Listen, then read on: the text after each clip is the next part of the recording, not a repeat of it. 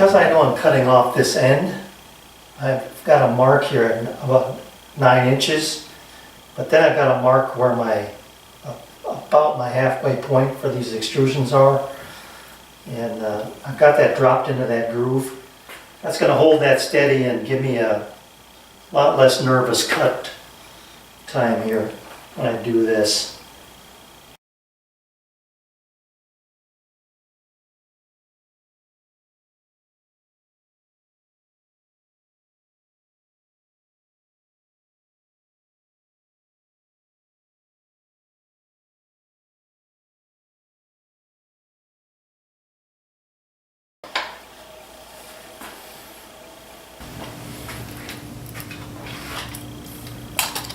All right, all things being equal,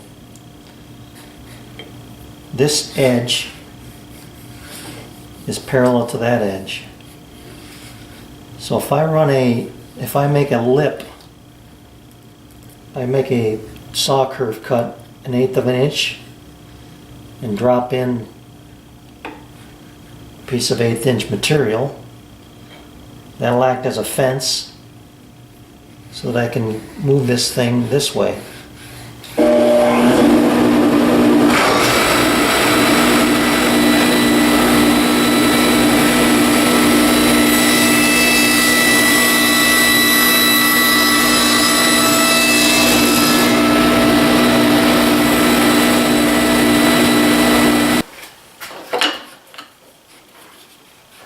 That's going to work good. I can put this in here, slide it up, and it mates perfectly. And then I can touch and sharpen, can get it down about that far. I could change the depth of cut by moving this in and out as well, but this is going to be fine. This isn't going to take that much to touch up. So I like that right there. This gives me a little bit of a hand hold right here, finger hold I should say, to keep it back this way. Okay, I want to create a half nut, I'm going to call it, but it's actually about a 3/4 nut that to fit over the top of this threaded rod that I can then glue down and allow me to move this in and out with some kind of micro adjustable precision, I guess. But my first thing I need to do is drill a 3/8 hole through this block, then thread it and find a good place to cut it off. Alright, I'll thread this one. I took the time to get a center line here, so I'm reasonably close to that. Got a couple cut lines here, and this one on the left looks like it's too far over, but it's kind of a little trick that this will play on you. The threads are cut. This is the most outside part of the thread, but when that tap gets passed over or turned over to the other side, it's an internal thread this way, where you can see the external part of it here. So I struck a line off of the outside of the threaded rod. So it should be centered. I should be able to cut it this way, turn it, and cut it the other way. But I'm going to do that on the finger saw.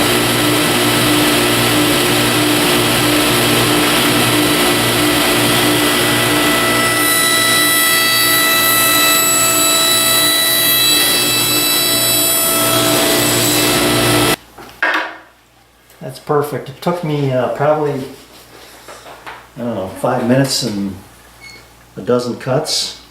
Just basically the last 3 or 4 were just making sawdust. I mean, just really fine cuts. But I've got it. Slides good.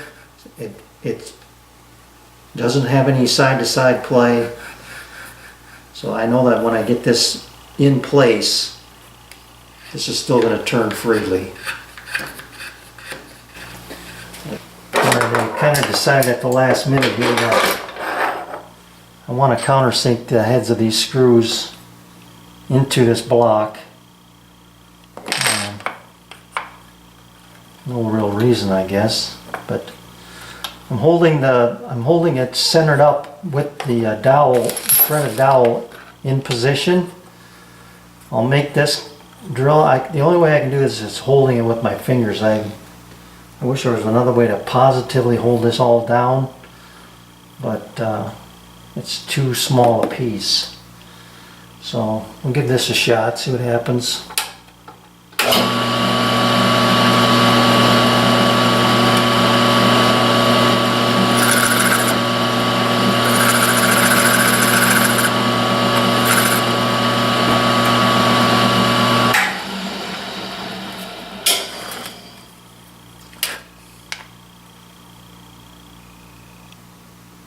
A little bit more.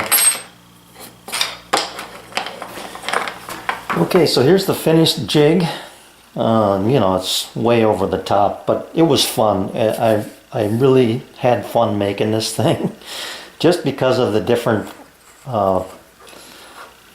things that are going on with this jig. You know, you got your little valley here that you got to cut, and this threaded rod, the half nut, the whole bit. But this gives me this portion here gives me the ability to dial this in when I get my diamond stone. And you have to imagine that this is that table it's sitting on, and the stone is running this way, right here. So I'm on the outside of it. I can dial in so I can get the proper clearance here, and then being able to hold it against the table and against this stop, that'll work out really nice for me. I'll just be able to touch it up and not have to worry about holding it in place, because it'll have a positive stop this way. So I'm really excited with the way this thing turned out. It's a nice little jig.